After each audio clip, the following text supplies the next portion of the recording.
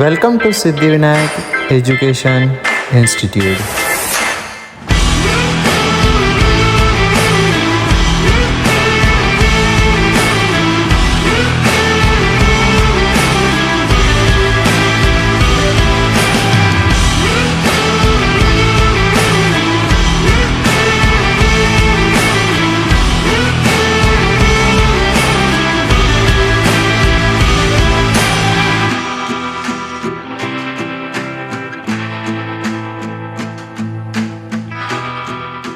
Hello everyone, myself Shruti Basram. I am from 11 J Gannayak batch and today I am here present to explain you the topic projectile motion. So let's start.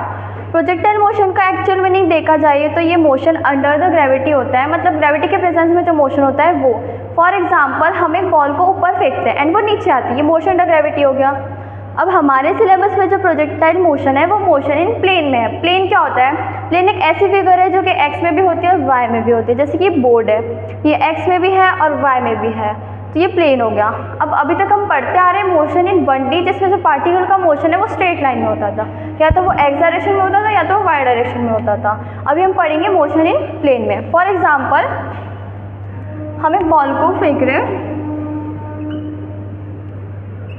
ये ball यहाँ से आ गई, तो इसका जो motion है वो लगातार एक्स में भी हो रहा है और लगातार वाई में भी हो रहा है। अगर हम इस बॉल को यहाँ से यहाँ कंपैरिजन करें तो इसका जो मोशन है वो एक्स में भी हुआ है और वाई में भी हुआ है। इसी को हम प्रोजेक्टाइल मोशन बोलते हैं। प्रोजेक्टाइल मोशन जो है वो मोशन इन प्लेन का एक एग्जाम्पल है। अभी हम पढ़ेंगे projectile motion from ground to ground.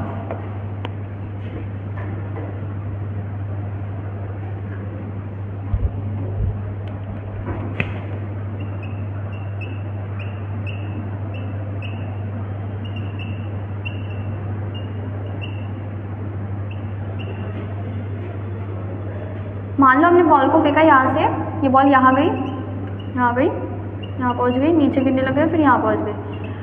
मान लो कि हमने बॉल को फेंका with the initial velocity u and with angle theta, और जो ये एंगल थीटा है ये एंगल ऑफ प्रोजेक्शन होता है, मतलब कितने एंगल पे प्रोजेक्ट किया गया है। अब जो ये इनिशियल वेलोसिटी u है, इसके हम दो कंपोनेंट निकालेंगे, एक x में और एक y में। तो जो थीटा के पास वाला कंपोनेंट होता है वो होता है cos थीटा, और जो थीटा के परपेंडिकुलर होता है वो होता है साइन थीटा। तो ये इसकी इनिशियल वेलोसिटी हो गई एक्स डायरेक्शन में और ये इसकी इनिशियल वेलोसिटी हो गई वाई डायरेक्शन में। अब एक्स और वाई में कैसा कैसा मोशन हुआ है वो देखेंगे।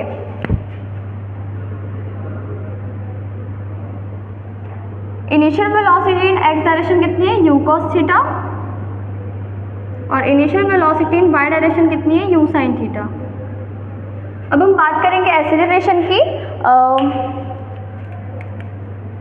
तो ये जो बॉल है इसका जो मोशन है ये ऐसा आगे आगे आगे, तो इसको जो आगे वाला मोशन है इसको अपोज या सपोर्ट करने वाला कोई भी एक्सीलरेशन नहीं है। अगर आप बोलोगे कि एक्सीलरेशन कहाँ है, तो एक्सीलरेशन जो भी है वो नीचे है, -g, और यही है एक्सीलरेशन ड्यू टू ग्रेविटी।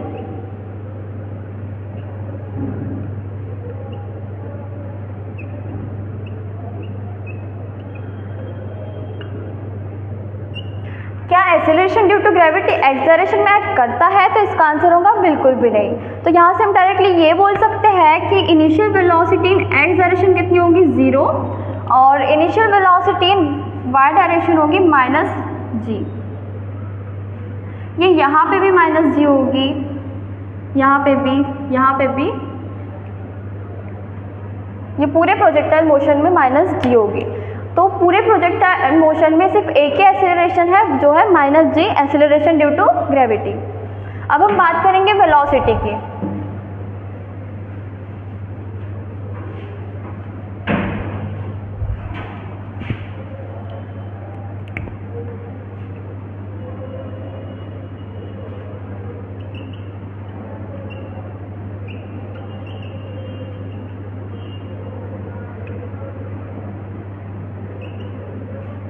मान लो किसी भी मोशन में अगर एक्सेलरेशन ना हो तो वेलोसिटी के साथ क्या होगा? अगर किसी भी मोशन में एक्सेलरेशन ना हो तो वेलोसिटी चेंज नहीं होगी।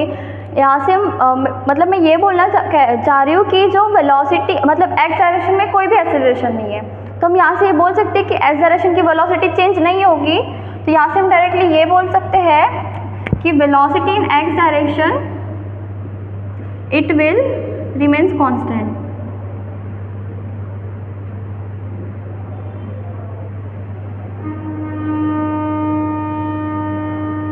फॉर एग्जाम्पल हमने यू कॉस थीटा की वैल्यू ले ली 10, तो जो वैल्यू है 10 ये पूरे प्रोजेक्टाइल मोशन में 10 ही होगी। सपोज बॉल यहाँ पे है तो यहाँ पे इसकी इनिशियल वेलोसिटी एक्स डायरेक्शन 10 ही होगी, यहाँ पे भी 10, यहाँ पे भी 10 और यहाँ पे भी 10। तो इसकी जो initial velocity in x direction है वो कांस्टेंट होगी। अब हम बात करेंगे वेलोसिटी इन वाई डायरेक्शन की। फॉर एग्जाम्पल हम यहाँ पे यू कॉस थीटा की वैल्यू ले लें 10, तो ये जो वैल्यू है 10 ये पूरे प्रोजेक्टाइल मोशन में 10 ही होगी। ये यहाँ पे भी 10 होगी, यहाँ पे भी 10, यहाँ पे भी 10 और यहाँ पे भी 10। ये तो हम यहाँ से ये बोल सकते हैं कि वेलोसिटी इन एक्स डायरेक्शन पूरे मोशन में कांस्टेंट रहेगी। अब हम बात करेंगे वेलोसिटी इन वाई डायरेक्शन की। फॉर एग्जाम्पल हमने बॉल को ऊपर फेंका विद इनिशियल वेलोसिटी 4 से, तो जो ग्रेविटी है इसकी स्पीड को स्लो करेगी। तो ये जो यहाँ बॉल की स्टार्टिंग में जो वेलोसिटी थी वाई डायरेक्शन में वो थी 4,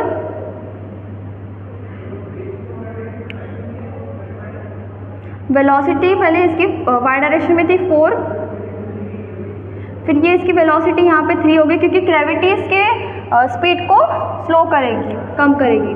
तो ये जो वैल्यू है यहाँ पे हो जाएगी 2, फिर ये 1, फिर एक ऐसा पॉइंट आएगा कि इसकी वेलोसिटी 0 हो जाएगी। बट यहाँ पे ध्यान रखना कि जो वेलोसिटी इन वाई डायरेक्शन 0 ही है but velocity in x direction अभी भी है। तो फिर इसके जो वेलोसिटी यहाँ पे बढ़ने लगेगी, यहाँ फिर से 1 हो जाएगी, फिर 2 हो जाएंगी, 3 हो जाएंगी, फिर वापस जितने से फेंका था उतनी हो जाएगी। तो यहाँ से हम डायरेक्टली ये बोल सकते हैं, अगर हम वेलोसिटी इन वाई डायरेक्शन की बात करें तो first it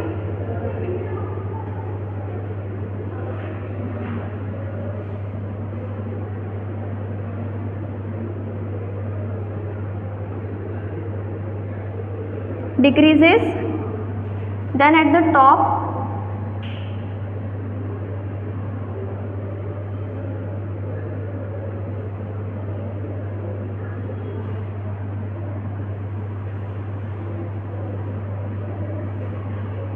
it becomes 0 and after that it increases.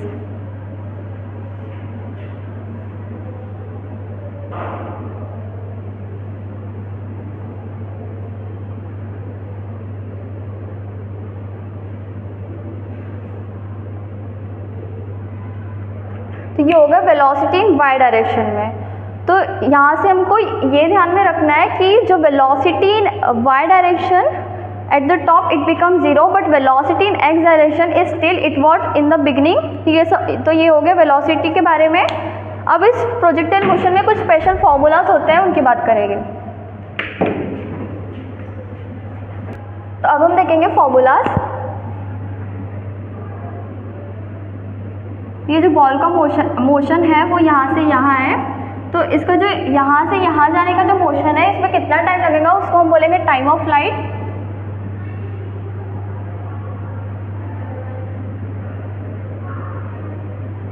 इसको हम डिनोट करते हैं t से।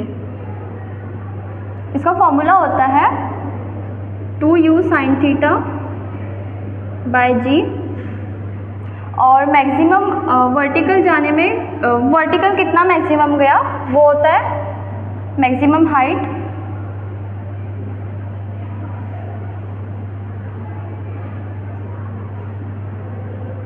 इसको हम डिनोट करते हैं h से, h मैक्सिमम। इसका फॉर्मूला होता है u square sine square theta by 2g। अब हॉरिजॉन्टल डिस्टेंस में कितना ट्रेवल किया इसको हम बोलते हैं हॉरिजॉन्टल, और अगला होता है हॉरिजॉन्टल रेंज, मतलब एक्स डायरेक्शन में कितना ट्रेवल किया है वो होता है हॉरिजॉन्टल रेंज।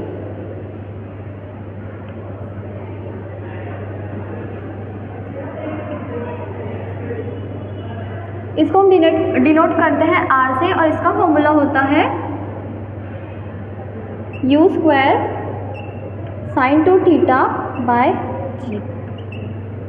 तो ये हो गए फॉर्मूलाज। अब हम कुछ इम्पोर्टेंट पॉइंट्स के बारे में बात करेंगे।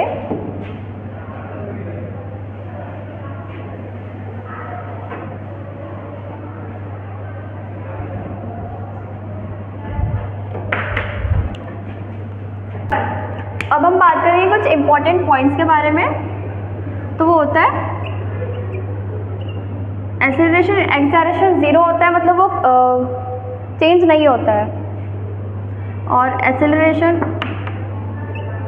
एक्सेलरेशन ज़ीरो होता है, मतलब वेलोसिटी इन एक्सेलरेशन चेंज नहीं होगी। और एक्सेलरेशन इन वाई डायरेक्शन कितना होता है, -g, मतलब वाई डायरेक्शन की वेलोसिटी चेंज होगी। और जो फॉर्मूला होता है मैक्सिमम हाइट का,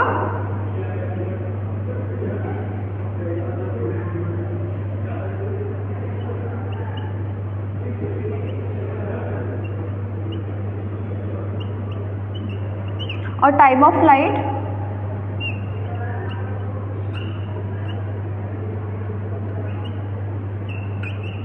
ये जो दोनों फॉर्मूलाज है it will always calculate in along y direction.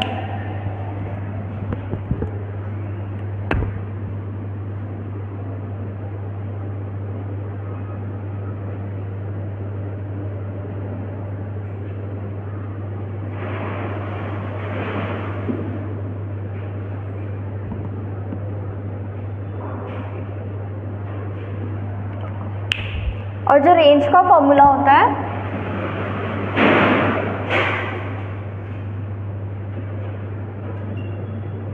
u² sin 2θ/g,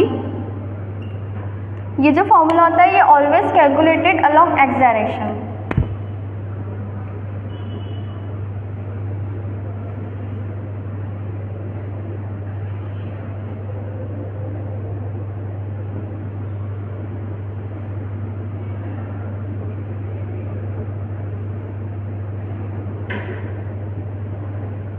तो इस पूरे प्रोजेक्टाइल मोशन में ये कुछ इंपॉर्टेंट पॉइंट्स हमको ध्यान रखना है। तो ये हो गया प्रोजेक्टाइल मोशन के बारे में। आई होप आपको सब समझ गया होगा। Thank you.